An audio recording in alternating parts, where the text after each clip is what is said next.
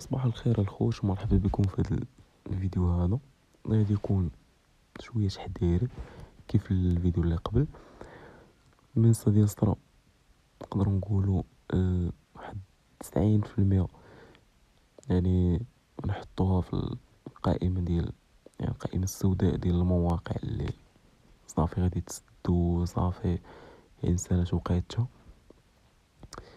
الاجتماعات اللي داروا البارح وداك التخربيق اللي اصلا ما عرفتش، ولكن ما تعرفش انا بدوك الاجتماعات ديالهم تيجوني تخربيق وصافي. ديجا كيكونوا موجدين شنو يقولوا. قالك غادي يعني دوك الطلبات دوك المهام اللي كنا نديرو غادي يتبدلوا لواحد.